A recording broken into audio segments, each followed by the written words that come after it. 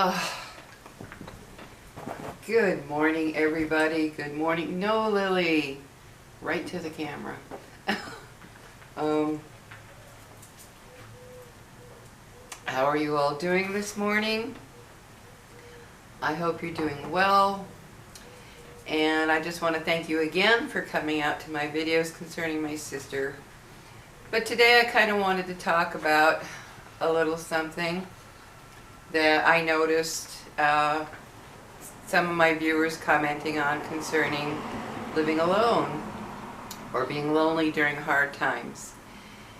And yeah, I just kind of wanted to touch on that because I know there are plenty of you out there who are struggling with living alone, depression, going through hard times, and I want you to know that I understand and I sympathize, I empathize, I have compassion for you because I know that it's not an easy thing to deal with. There are a lot of people who don't understand it. They think, oh, just be happy, you know. They don't get it, and I don't let people like that get to me because I know what it's like to be living alone. And for those of us that are not wired to live alone, it is a very difficult thing. You know, especially when you're going through hard times. No, Lily. God, this dog. Especially when you're going through hard times, it would really be nice to have people around. Like when my daughter was over just the other day with my little grandson, it felt so good just to have somebody here. When any of my kids come to visit and my grandkids, whatever, it's just a wonderful feeling to have them here. And yeah, I just wanted to touch on it because there are so many people that are struggling with loneliness in living alone. Right now, I know one person who is really struggling. She's in the throes of depression, literally. She's having health problems. She's having, difficulty just walking and moving around, and she's really struggling. She's in that depressive state, which is very understandable. She's older. She's around my age, and I can certainly understand it because when you live alone and you're not feeling well, and you're scared, maybe even scared about what's happening to your health, I'm telling you right now, it is like hell on earth. It is a torture for those of us that are not wired to live alone. And I don't want to, I'm trying to find the positive side. I try to every day because I'm so lucky that I have my kids and my grandkids. I'm very lucky in that respect. I really consider myself lucky. When I look, there's this lady that lives across the street from me, and it's just such a pathetic life. And I look at her life and I think I have so much to be grateful for.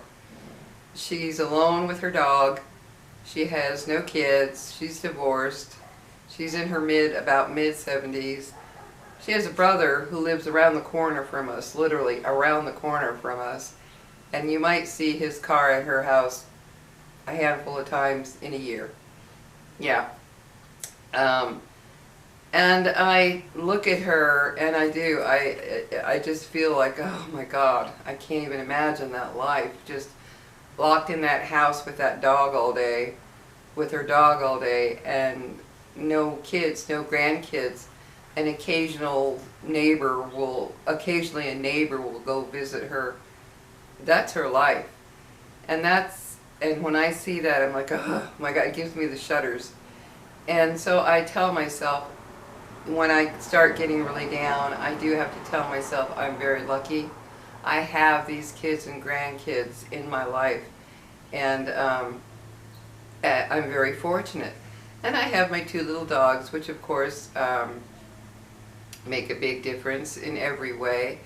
I wish many of you out there who didn't have a pet and you're living alone, I wish you would get a pet because it really can make a huge difference in your life. It really can.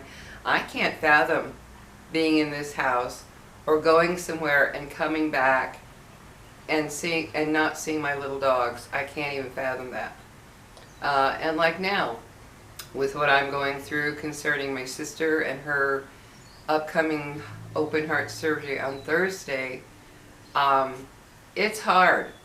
I've touched on it before in my previous videos, but I wanted to focus mainly on that today. It's very hard. I wake up in the morning with the thoughts of her upcoming surgery. It takes over my mind. I immediately come out. I turn on the TV for my brain to be hearing something else, because it's not easy. Living alone can lead to severe depression. I was there for a while. I was there for a while. For those of you that don't know, due to a severe panic attack I had in December of 2022 on Christmas night. I had a severe panic attack, didn't know what was happening to me. Thankfully my son Nathan was with me, and he knew what was happening. Well, that panic attack left me in a state of chronic anxiety that was severe, to where I had to be medicated. But while I was on that medication, I became extremely depressed, extremely depressed. It helped me in the initial stage of using it, but then as time went by, I started feeling myself getting more and more depressed, and that's when I knew I needed to get off of that medication. Thank goodness I did. I was only on it for a year. But for those of you that know people who live alone, I'm telling you, reach out to them, call them. Call them. Don't just text. Call them. Let them hear your voice and your emotions. Yes, text, just to keep in touch, you know. How are you doing? Decide, see what's up, you know. But call them so they hear your voice. We need to hear other people's voices. We can't just live on text. We got to hear voices. We've got to hear emotion. You that don't live alone, you've got that. When you, whether it be with your husband, friends, roommates, your kids, whatever, your younger kids, whatever, you've got that voice going in your ears. So you don't know what it's like to not have that. And it's like, I want, you know, there are days I just want to hear a voice. I just want to. Like my son Elliot and his girlfriend will FaceTime so I can talk to them and see my little granddaughter and talk to her. She's only 3 and she's a doll. And I'll FaceTime with my daughter, and it's usually her and my little grandson Jack. The other 2 teenage grandsons, well, they're not that involved with my life anymore, which is kind of sad because they used to spend a lot of time with me when they were little. But now that they're teenagers, they're, you know, they'll say hi if I'm FaceTiming. But even that, at least, you know, I have them I have my family to FaceTime, and they come over and we go do things, or they just hang out. Without that, I would probably not be here, because that kind of loneliness can cause a severe depression. And I want those of you who know someone who's living alone to please do that. Please call them. Please visit them if you're close, you know, if you live in the same town, you know, whatever. Please visit them. Don't, you know, call them up. Just say, hey, I thought I'd come see you this weekend, or hey, you know, and if you're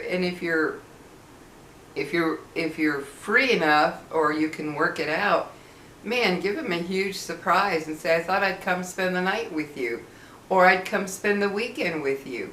Oh my God, do you realize what that would do to somebody who lives alone? It's that, I wish that would happen to me. I wish somebody would call me up and say, I'm going to come spend the night with you. I'm going to come spend the weekend with you. Doesn't happen. Only when I'm injured or sick, then my son Nathan does come and stay with me. Other than that, no. So if you know somebody living alone, try that. Say, I thought I'd come spend the night with you.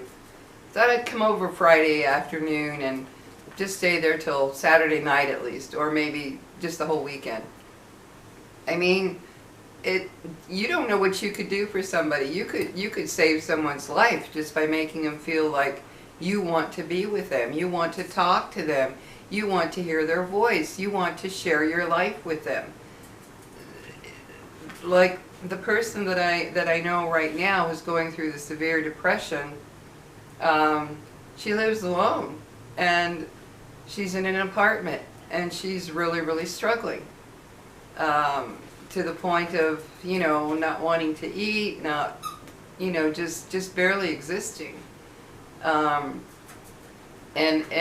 I'm not, how can I put it? She's not a part of my life, and I'm not a part of hers. We're not friends or anything like that. I just happen to know of her. And it's just really, I just don't think a lot of people understand the importance of keeping in touch and talking to someone who lives alone. I really, really don't. It is vital. It is vital to hear a voice. It's vital to hear human emotions, whether they be happy, sad, laughing, crying, whatever. It makes a person living alone feel like they're a part of somebody else's existence, that they're not just alone. And I just, I wanted to touch on this because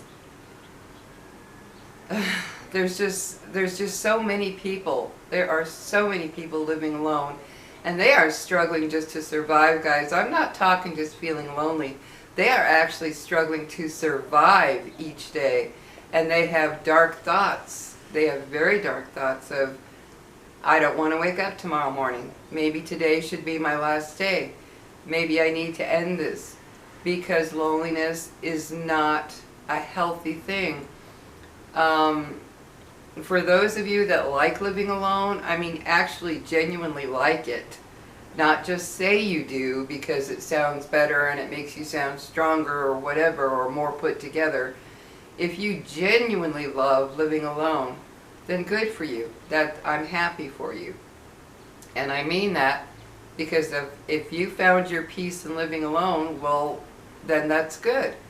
But for those people who aren't wired to live alone, it is like a traumatic experience getting through each day, trying to figure out how to get through each day without the presence of another human being, without a voice, without somebody there to laugh with, talk with, watch a movie with, take a walk with, go shopping with, go get groceries with, cook with, eat with, just the everyday things.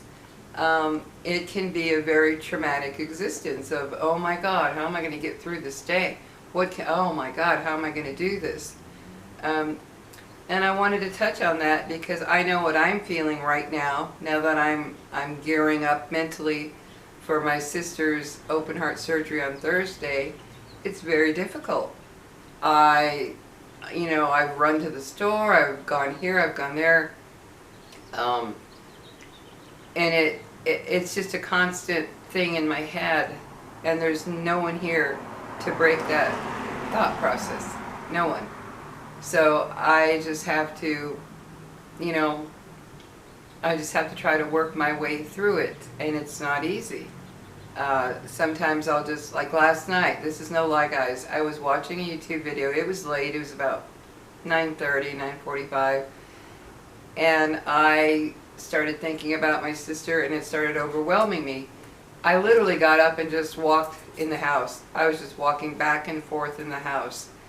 Put music on Google, my Google Home, and I just started walking back and forth in my house to release that, what was building up, because I was getting overwhelmed with thinking about what was going to happen, with her surgery. So I did, guys. I just walked around. That's all I was doing. So yeah, I mean, like this morning I woke up and it's nice and cloudy, and it was actually chilly in the house because I had let the cooler run all night. That's why I got my fuzzy warm robe on. But now I can feel it starting to warm up a little. But it's nice and cloudy, and we're supposed to have a rainy day, which helps me. That calms me down. Because I love stormy days, and I love a rainy day and a rainy night. Oh, how I love it. It just calms me.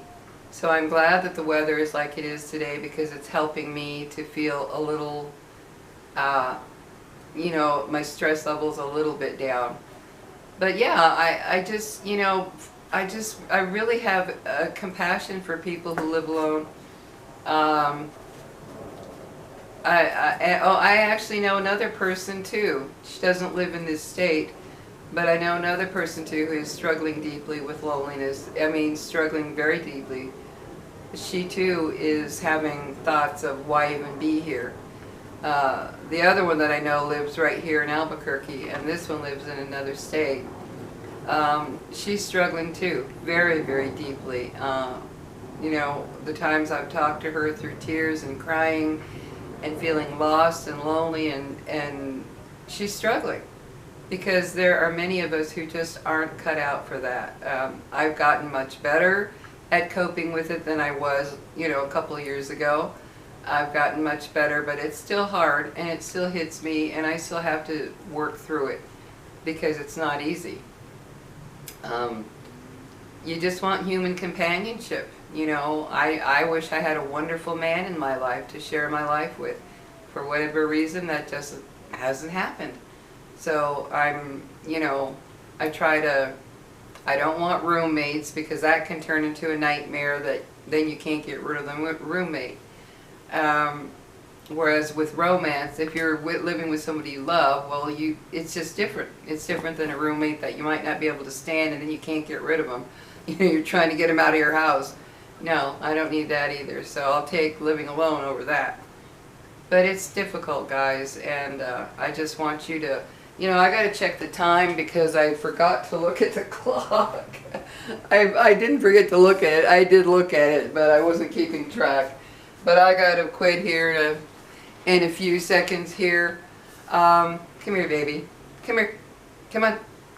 Come on. Yeah, she's got her toy. Oh, and these little guys, I can't tell you. I cannot tell you how much they help with loneliness. I cannot tell you. Anyway, guys, just wanted to touch on that a little bit. I'm waiting to find out what time my sister's surgery is on Thursday. And my daughter Angela is going to be coming to stay with me, which I'm very, very grateful for, because I'd go insane if I were here alone. So she and my grandson Jack are coming to be with me after she takes one of her sons to a doctor's appointment. She's going to come up right over here. So I won't be alone as my sister goes through surgery and we get the news of what went on. So anyway, guys, thank you. Thank you for being here. Please like and subscribe. It helps me very, very much. This single mom, it helps. Every little bit helps. And I really appreciate, I love all of you for being here for me. Thank you, guys, and I will see you in my next video. Take care. Okay, baby.